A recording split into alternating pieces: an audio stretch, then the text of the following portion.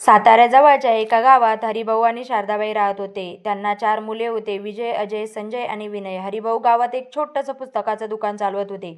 फार कमाई नव्हती, पण गावातील मुलांना स्वस्तात पुस्तके मिळावीत म्हणून ते नेहमी प्रयत्न करत. शारदाबाई घरी बसून सुंदर हस्तकला वस्तू बनवायच्या आणि त्या आठवडी बाजारात विकल्या जायच्या. दोघांचं आयुष्य मुलांभोवती फिरत होतं. मुलांना चांगलं शिक्षण मिळावं म्हणून त्यांनी अनेक त्याग केले. हरिभाऊंनी स्वतःची आवडती जमीन विकली. शारदाबाईंनी लग्नात मिळालेल्या सोन्याच्या बांगड्या गहाण ठेवल्या. वर्ष सरली. 4ही मुले शिकली, नोकरीला लागली आणि शहरात स्थायिक झाली. हरिभाऊ आणि शारदाबाईचं स्वप्न पूर्ण झालं होतं. नंतर एकामागून एक 4ही मुलांची लग्न झाली. सुरुवातीला सगळं ठीक होतं. फोन यायचे, चौकशी व्हायची, पण हळूहळू सगळं बदलायला लागलं. आता फोन कमी झाले, भेटी बंद झाल्या. सणासुदीलाही येण्याऐवजी संदेश येऊ लागले. बाबा, यावेळी जमणार नाही. आई, ऑफिसमध्ये खूप काम आहे.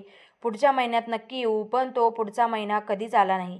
शारदाबाई रोज संध्याकाळी दारात बसून रस्त्याकडे बघत असत. एखादी गाडी थांबली की त्यांच्या चेहऱ्यावर आनंद यायचा, पण प्रत्येक वेळी निराशाच व्हायला लागली. एक दिवस शारदाबाई हळूच म्हणाल्या, "अहो, आपली मुलं आता आपली राहिली नाहीत का?" हरिभाऊ हसण्याचा प्रयत्न करत म्हणाले, "अगं, संसाराच्या व्यापात असतील, पण त्यांच्या डोळ्यात खूप दुःख होतं." त्यांचं दुःख लपत नव्हतं. एके रात्री हरिभाऊंना छातीत तीव्र वेदना सुरू झाल्या. शेजाऱ्यांनी त्यांना रुग्णालयात दाखल केलं.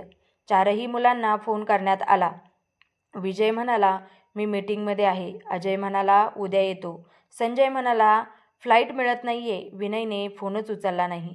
रुग्णालयात हरिभाऊंच्या बेडशेजारी फक्त शारदाबाई बसल्या होत्या. त्या रात्री त्यांनी खूप रडून घेतलं.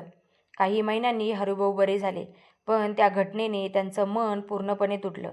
एक दिवस त्यांनी गावातील वकिलाला बोलावलं. सगळे कागद तयार झाले, पण याबद्दल त्यांनी कुणालाही काही सांगितलं नाही. 2 वर्षांनी गावात अचानक बातमी पसरली, हरिभाऊंची तब्येत खूप खराब आहे. बातमी ऐकताच 4ही मुलं गावाकडे धावली.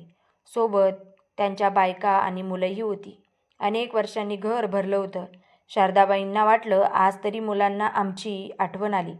पण त्या रात्री त्यांनी मुलांचं बोलणं ऐकलं. घराची किंमत आता खूप वाढली आहे. जमीन कोणाला मिळणार? बाबांनी वाटणी केली नसेल ना अजून? हे शब्द ऐकून शारदाबाईंच्या डोळ्यातून अश्रू वाहू लागले. दुसऱ्या दिवशी हरिभाऊंनी गावातील सरपंच, वकील आणि काही मान्यवरांची घरी बोलावलं. 4ही मुलं आनंदात होती. त्यांना वाटलं, आज मालमत्तेची वाटणी होणार. वडिलांनी कागद उघडले. संपूर्ण घर शांत झालं. वकील वाचू लागले. हरिभाऊ आणि शारदाबाई यांनी त्यांची सर्व जमीन, घर, दुकान आणि बचत ज्येष्ठ नागरिक सेवा संस्थेला दान केली आहे. क्षणभर कुणालाच काही समजलं नाही. विजय जोरात ओरडला, "काय? हे कसं काय शक्य आहे?" अजय संतापला, "आम्ही तुमचे मुलं आहोत." हरिभाऊ हळूहळू उभे राहिले. त्यांच्या चेहऱ्यावर वेदना होत्या. ते म्हणाले, "मुलं? खरंच?" सगळे गप्प झाले. "त्या दिवशी मला रुग्णालयात दाखल केलं होतं, त्या दिवशी माझ्याजवळ कोण होतं?" कोणी उत्तर दिलं नाही. "तुमच्या आईला तापाने रात्रभर झोप लागली नव्हती, तेव्हा कोण आलं होतं?" पुन्हा शांतता. हरिभाऊंचा आवाज थरथरत होता, "आम्हाला तुमच्या पैशांची गरज नव्हती, फक्त 2 प्रेमाचे शब्द हवे होते." शारदाबाई रडत होत्या.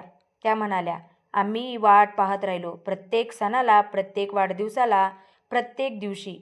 4ही मुलांची मान खाली गेली.